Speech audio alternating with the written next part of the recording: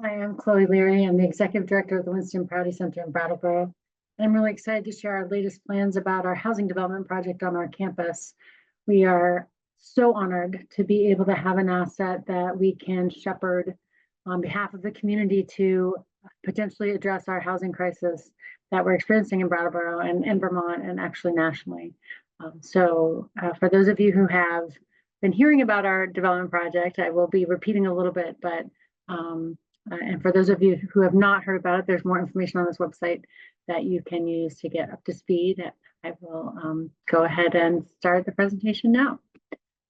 So the village at the Winston Prouty Campus, I'm going to talk about our vision just to give us some context and a reminder of what it is we think we're doing.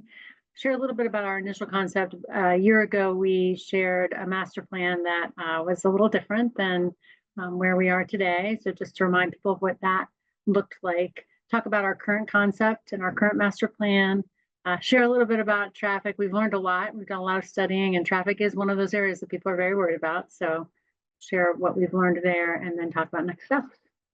This is a bird's eye view of our campus, looking down on the main part of what's developed. It's 180 acres, but the part where the buildings are is about 27 acres. And this is where we're really talking about adding on to the infrastructure that's already there.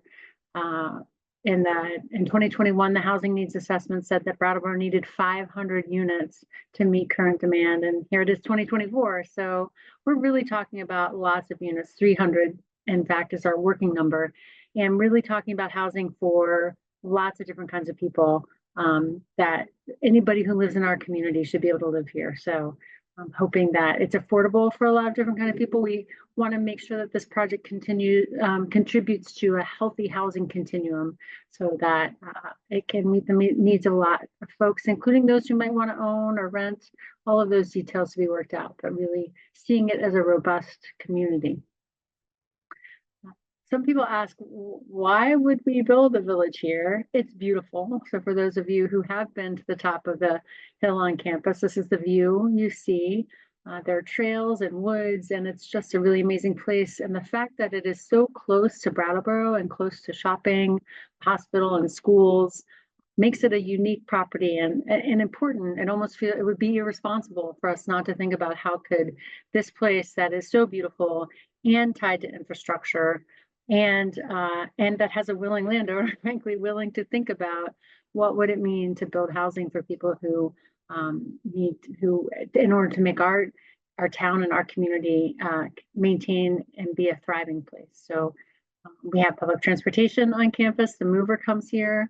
We like to imagine that we can build a village where you don't have to have a car someday to live here. And that really thinking about building on the part of the land that's already developed protects the rest of the land. So I do get asked a lot, are trees going to come down? There probably will be some trees that need to come down. But again, by focusing on the area of campus that's already developed, we really minimize that. And we want to build on the vibrant community that we've already created here on campus. There are a lot of people who come to work here every day. Lots of kids come and play. Lots of community groups come and have meetings and activities. The Winter Farmers Market has brought a lot of liveliness to campus. And so we see this as an extension of continuing to build community here. We've done a lot so far. This presentation actually is posted on the website. So if you want to look at the details, that is available. This is really meant to say we've been working away behind the scenes for the past year and a half, 2 years to do our due diligence and understand what does the landscape look like, what does the site look like, what do we need to know. So in addition to master planning, understanding what we need to improve for water and sewer, what does the environmental assessment look like, what is the market study, what kind of rents can be supported here so that we understand the financial picture. And so this is just really to give folks a sense of we are working away behind the scenes, even though we haven't necessarily been out in front and having this level of planning to share in terms of design. We have been working behind the scenes, and we've been really creative about how to get money. Some folks may know that we're trying hard to come up with a project that does not use the kinds of subsidies that constrain who can live here based on income. We really are committed to an inclusive mixed income neighborhood. That research shows that that's really healthy. And we really, that's an important value of the Winston Prouty Center. And so that means we're going to have to get creative with some funding. There are definitely people out there who say, well, you can't build it unless you use those subsidies. That might be true, but we certainly are going to try, because we want, again, anybody who lives in our community to be able to live here if they want to. So we've gotten individual donations. The town of Brattleboro has been supportive, a private trust, Thompson Trust. So this is really just meant to show how we are trying to pull together in a creative way resources to help make this work. This is, again, looking down bird's eye view on the campus. So for those of you who know what you're looking at, there's this large building that's Thomas Hall. In the middle is Holton Hall, the tallest building on campus. And this was a design from about a year ago that had some big sweeping buildings for apartment building style. Also some options for smaller multifamily units, duplexes and condos, and maybe even some tiny homes. So really trying to create a diversity of housing, but the central focus was on some really big mass timber, beautiful buildings. So we shared this with neighbors and some folks. Here's a rendering of what it might look like, because I think it's important to think about how big buildings might fit in the landscape. So a lot of people, some people love this. Some people thought it looked like a ski resort. And there are a lot of people who said, wow, that looks really expensive. So we can't afford expensive, and went back to the drawing board to think a little bit about, well, what would work here?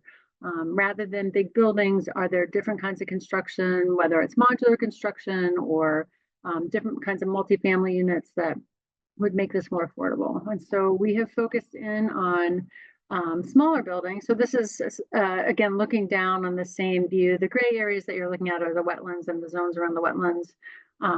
And then the colorful buildings are the new multifamily units that are smaller in nature, but get us to 282 units in this concept. The big buildings were 342 units. So we're still working around that 300 number to try to really make a dent in our housing need. So the largest purple buildings that you see are apartment buildings that have 24 units in them. The sort of medium, smaller size purple are 10 unit multifamily units.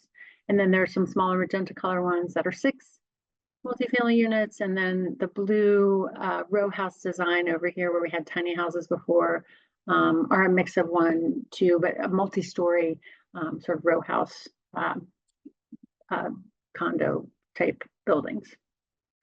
So keeping the density, different size buildings, and to give you a sense of what they look like, this is a project on Cape Cod. So if you look closely, you can see that it has the cedar shakes. We can do it Vermont style, but to give you a sense of so the 6 unit and 10 unit buildings, what they might look like. And that, I think the idea here is to create efficiency by having a replicated design. Doesn't mean that everything has to look alike, but that you get some efficiency by replicating and the design, so that you don't have to keep rebuilding everything in a new way. So this is a project that actually happened. The cost per square foot seems doable. So we're pretty excited about the potential here.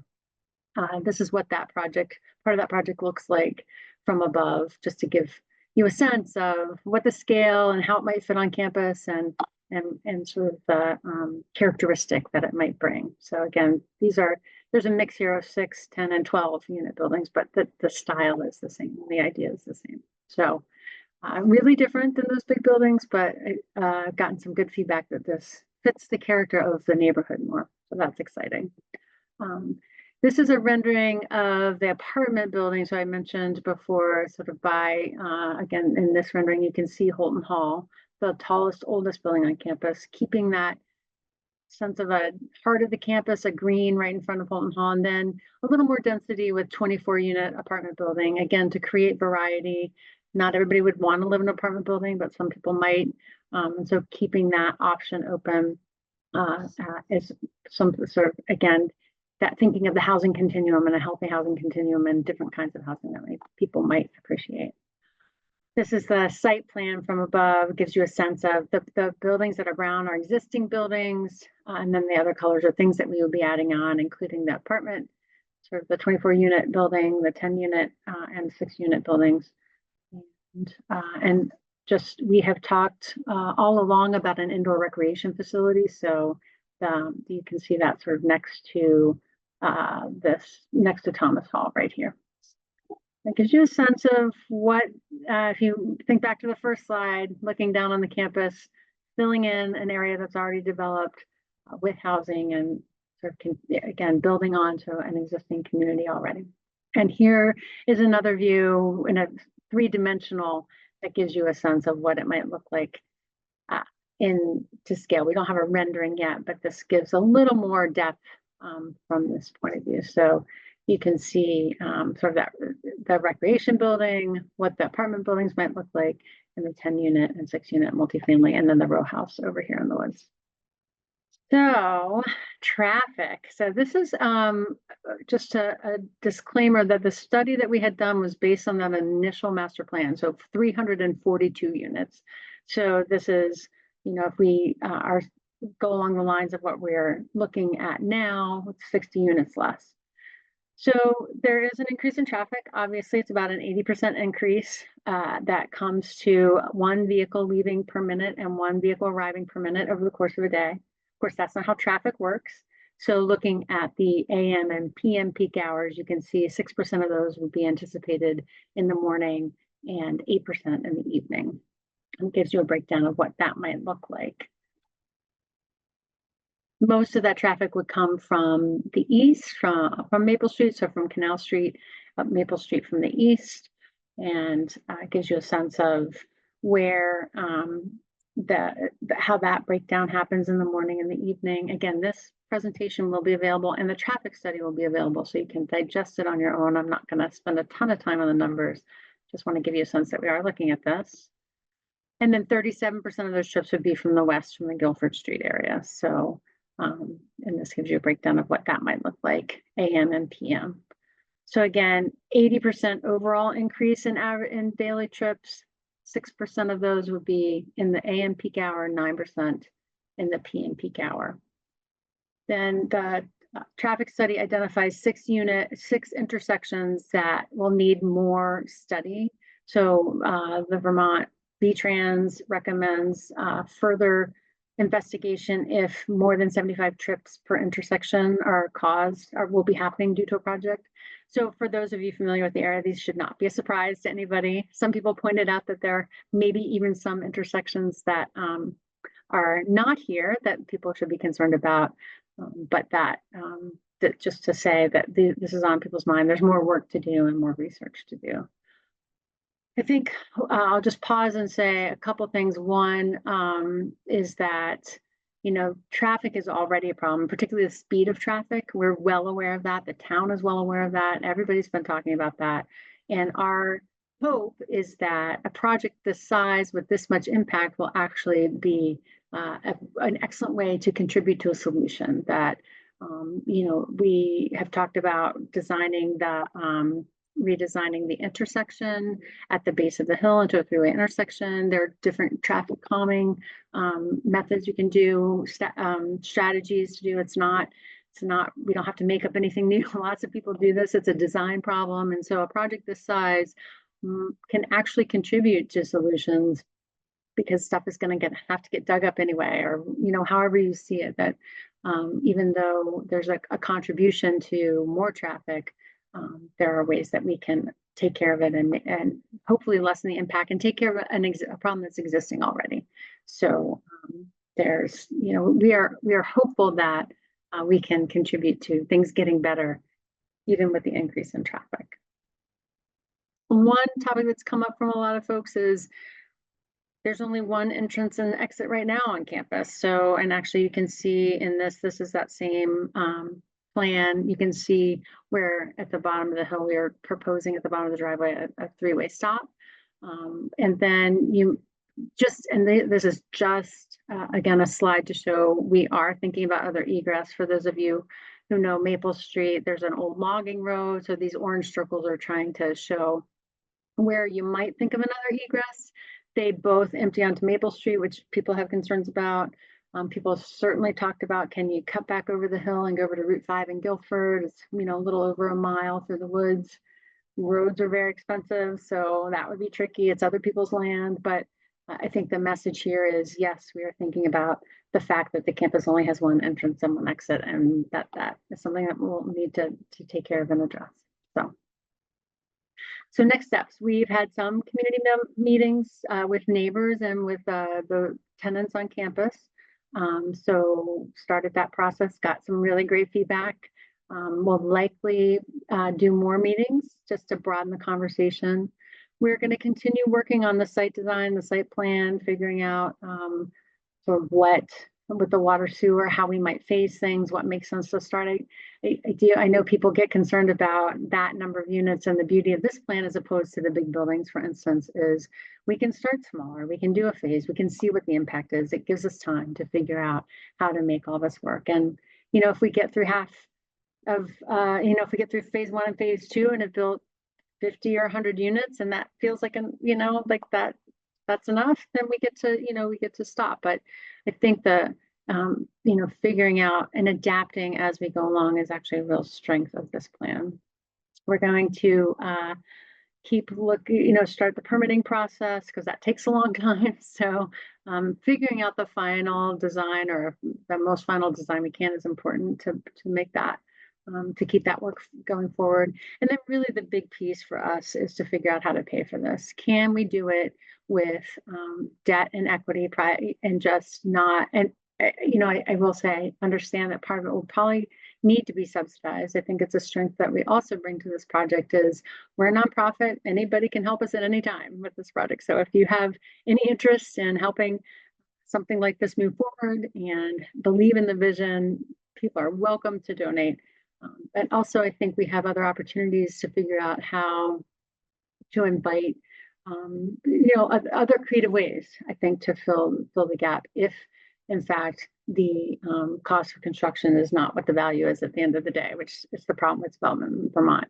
We do think that there are lots of opportunities for people to contribute, and figuring out that capital stack and how that's going to come together is a really primary goal in the next 5 months for the rest of the year. So in order to keep moving this project forward, we're looking for $150,000. That's not a lot of money. It is a lot of money, but it's not a lot when you think about the scope of the project and what we're talking about. But it will get us the project management, the architecture, the engineering that we need to get done, and the financial consulting so that we can put together a strategic plan around the financial piece and make it work. So that is where we are right now. And I've said these past few years and more, I'm happy to talk to anybody about this project, ideas you have. I always learn something. And so if you are seeing this and interested in learning more, please don't hesitate to be in touch because that is how we approach our work here. And I think I'll just end by saying that we view this as a community project, that this campus is an amazing community asset. We are at the helm, stewarding it to its next life. And we believe that it is going to take all of us to make it successful. It's not that, that Winston Prouty needed to buy a campus and be a landlord, but our community needed it. And here we are, and we're willing and able to contribute this to the conversation. And we need everybody's help to get it done. The thing is, I think everybody understands that there is a crisis around housing. It's touched everybody. And that's not the thing that's hard. And there's no magic bullet, right? We have to do this together. And we are fortunate to have this place and the opportunity to think about how it can contribute to a solution. And working together, I really believe we can get it done. So thanks for listening. Again, if you have any questions, my phone number and email and the presentations, there's lots of information on the website. So I hope you'll take a look. Thanks so much.